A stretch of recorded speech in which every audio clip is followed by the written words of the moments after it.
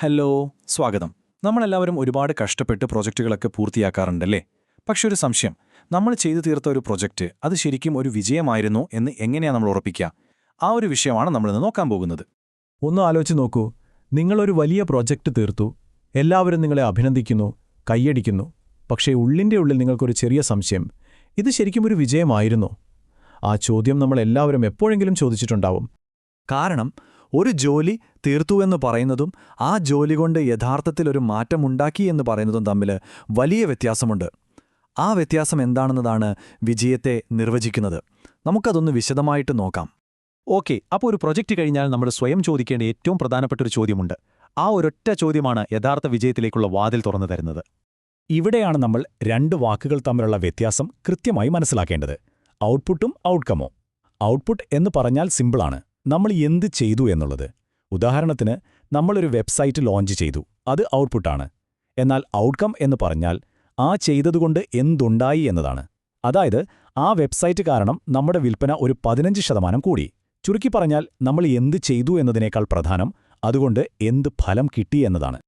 അപ്പോൾ ശരി, വെറുതെ ജോലികൾ ചെയ്തു തീർക്കുന്ന ഒരവസ്ഥയിൽ നിന്ന് ശരിക്കും ഒരു ഇമ്പാക്റ്റ് ഉണ്ടാക്കുന്നതിലേക്ക് നമുക്കെങ്ങനെ മാറാൻ പറ്റും? അതിന് കൃത്യമായ ഒരു വഴിയുണ്ട്. അതിനെയാണ് നമ്മൾ ഔട്ട്കം അസസ്മെന്റ്, അതായത് ഫലങ്ങളെ വിലയിരുത്തൽ എന്നു പറയുന്നത്. ഇത് കേൾക്കുമ്പോൾ എന്തോ വലിയ പേപ്പർ വർക്കാണെന്നൊന്നും വിചാരിക്കേണ്ട. നമ്മുടെ ലക്ഷ്യങ്ങൾ എത്രത്തോളം നേടാനായി എന്ന് മനസ്സിലാക്കാനുള്ള ഒരു സിസ്റ്റമാറ്റിക് വഴിയാണിത്. വളരെ പവർഫുള്ളായിട്ടുള്ള ഒരു ടൂൾ. ഒരു വിജയത്തെ പൂർണ്ണമായി അളക്കണമെങ്കിൽ നമുക്ക് കണക്കുകൾ മാത്രം പോരാ, അതിന്റെ പിന്നിലുള്ള കഥകളും വേണം. അതെ, നമ്പേഴ്സും സ്റ്റോറീസും. ഈ രണ്ടും ചേരുമ്പോഴാണ് നമുക്ക് ആ ഫുൾ പിക്ചർ കിട്ടുന്നത്. അതെങ്ങനെയാണെന്ന് നോക്കാം. ആദ്യത്തെ സ്റ്റെപ്പ്, നമ്മൾ എന്താണോ പ്രതീക്ഷിച്ചത് അതുമായി യഥാർത്ഥത്തിൽ എന്ത് സംഭവിച്ചു എന്നത് താരതമ്യം ചെയ്യുക എന്നതാണ്. പ്ലാൻ ചെയ്തതും നടന്നതും തമ്മിലുള്ള ഒരു താരതമ്യം. സാമ്പത്തികമായി എന്ത് നേട്ടം പ്രതീക്ഷിച്ചു, യഥാർത്ഥത്തിൽ എന്ത് കിട്ടി, മാർക്കറ്റിലോ കസ്റ്റമേഴ്സിന്റെ കാര്യത്തിലോ ഒക്കെ എന്തായിരുന്നു നമ്മുടെ പ്ലാൻ, എന്താണ് സംഭവിച്ചത്? ഈയൊരു താരതമ്യമാണ് പഠനത്തിന്റെ ഏറ്റവും ആദ്യത്തെ പടി. അപ്പോൾ ആദ്യം നമുക്ക് സംഖ്യകളുടെ കഥ കേൾക്കാം. നോക്കൂ, വരുമാനം 15% വർദ്ധിച്ചു. കസ്റ്റമർ റീറ്റൻഷൻ, അതായത് ഉപഭോക്താക്കളെ നിലനിർത്തുന്നത് 6% കൂടി. അതേസമയം പ്രവർത്തന ചെലവ് 10% കുറയ്ക്കാനും പറ്റി. ഇതൊക്കെ വിജയത്തിന്റെ വളരെ വ്യക്തമായ തെളിവുകളല്ലേ? പക്ഷേ ഞാൻ നേരത്തെ പറഞ്ഞ പോലെ കണക്കുകൾ മാത്രം പോരാ, അതിന്റെ ഗുണപരമായ വശം കൂടി നോക്കണം. അതായത്, ഈ പ്രോജക്റ്റ് കാരണം നമ്മുടെ പ്രവർത്തന രീതികൾ എളുപ്പമായോ, ടീമിന്റെ മൊത്തത്തിലുള്ള ഒരു ഊർജവും മനോവീര്യവും കൂടിയോ, നമ്മുടെ ബ്രാൻഡിനെക്കുറിച്ച് ആളുകൾക്ക് നല്ല അഭിപ്രായം വന്നോ? ഇതൊക്കെയും വിജയത്തിന്റെ ഭാഗം തന്നെയാണ്. പിന്നെ നമ്മൾ വിജയിച്ചുവെന്ന് നമ്മൾ മാത്രം പറഞ്ഞാൽ പോരല്ലോ, അല്ലേ? പുറത്തുനിന്നുള്ളവരെന്ത് പറയുന്നു എന്നതും വളരെ പ്രധാനമാണ്. കസ്റ്റമർ സർവേകൾ, ഇൻഡസ്ട്രിയിൽ നിന്ന് കിട്ടുന്ന അംഗീകാരങ്ങൾ, നമ്മുടെ പാർട്ട്ണർമാരുടെ അഭിപ്രായങ്ങൾ, ഇതെല്ലാം നമ്മുടെ കണ്ടെത്തലുകൾ ശരിയാണെന്ന് ഉറപ്പിക്കാൻ സഹായിക്കും. ശരി, അപ്പോൾ നമ്മുടെ കയ്യിൽ ഇപ്പോൾ കുറേ ഡാറ്റയുണ്ട്, സംഖ്യകളുണ്ട്, അഭിപ്രായങ്ങളുമുണ്ട്. ഇനി അടുത്ത സ്റ്റെപ്പ് എന്താണ്? ഈ വിവരങ്ങളെ വെറും ഡാറ്റയായി കാണാതെ പ്രായോഗികമായ അറിവാക്കി, അതായത് വിവേകമാക്കി മാറ്റണം. അതെങ്ങനെയാണെന്ന് നോക്കാം. ഒരിക്കലും നമ്മുടെ പ്രകടനത്തെ ഒറ്റയ്ക്ക് വിലയിരുത്തരുത്.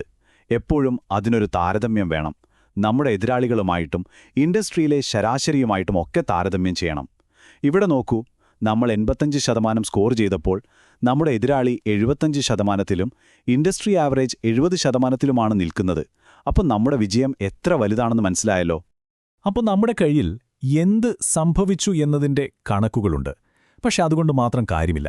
ഇനി നമ്മൾ ചോദിക്കേണ്ട ഏറ്റവും പ്രധാനപ്പെട്ട ചോദ്യം ഇതാണ്: എന്ത് കൊണ്ട് ഇത് സംഭവിച്ചു? ഇതിൽ നിന്ന് നമുക്ക് എന്ത് പഠിക്കാൻ കഴിയും? അതെ, ഈ ചോദ്യങ്ങൾക്കാണ് ഇനി ഉത്തരം കണ്ടെത്തേണ്ടത്. എന്തൊക്കെ ഘടകങ്ങളാണ് ഈ വിജയത്തിന് പിന്നിൽ? നമ്മൾ ഒട്ടും പ്രതീക്ഷിക്കാത്ത എന്തെങ്കിലും ഫലങ്ങളുണ്ടായോ? ചില കാര്യങ്ങളിൽ നമ്മൾ വിചാരിച്ചത്ര വിജയിച്ചില്ല. എന്തുകൊണ്ടാണത്? ഈ ചോദ്യങ്ങളുടെ ഉത്തരങ്ങളാണ് നമ്മുടെ അടുത്ത പ്ലാനിനുള്ള ഏറ്റവും വലിയ പാഠം. ഓക്കേ, അപ്പോൾ ഈ വിശകലനങ്ങളെല്ലാം കഴിഞ്ഞ് നമ്മൾ അവസാന ഘട്ടത്തിലേക്ക് എത്തുകയാണ്. ഒരു ഫൈനൽ ടെസ്റ്റ്. ഇതിൻ്റെ എല്ലാം അടിസ്ഥാനത്തിൽ ഒരു തീരുമാനമെടുക്കണം. അപ്പോൾ എല്ലാ കാര്യങ്ങളും പരിഗണിച്ച് ഈ പ്രോജക്റ്റിന് നമുക്കൊരു റേറ്റിംഗ് കൊടുക്കണം. 10-ൽ എത്ര കൊടുക്കാം?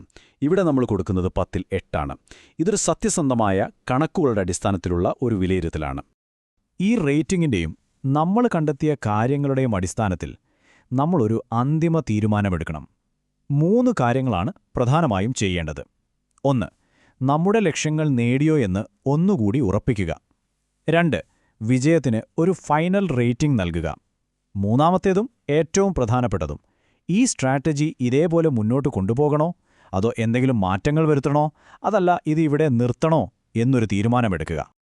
അപ്പോൾ ഈ ഒരു വിശകലനം നമ്മൾ അവസാനിപ്പിക്കുമ്പോൾ നിങ്ങളുടെ മനസ്സിൽ ഈ ഒരൊറ്റ ചോദ്യമുണ്ടായാൽ മതി: നമ്മൾ നേടിയ ഫലങ്ങൾ നമ്മൾ തുടക്കത്തിൽ ഉദ്ദേശിച്ച ലക്ഷ്യങ്ങളുമായി എത്രത്തോളം ചേർന്നു പോകുന്നുണ്ട്? അതുപോലെ ഈ ഉത്തരം നമ്മുടെ ഭാവിയെക്കുറിച്ചും അടുത്തതായി എടുക്കേണ്ട തീരുമാനങ്ങളെക്കുറിച്ചും എന്താണ് പറഞ്ഞു തരുന്നത്? ഈയൊരു ചിന്തയോടുകൂടി നമുക്ക് ഇന്നത്തെ ഈ വിവരണം അവസാനിപ്പിക്കാം. നന്ദി.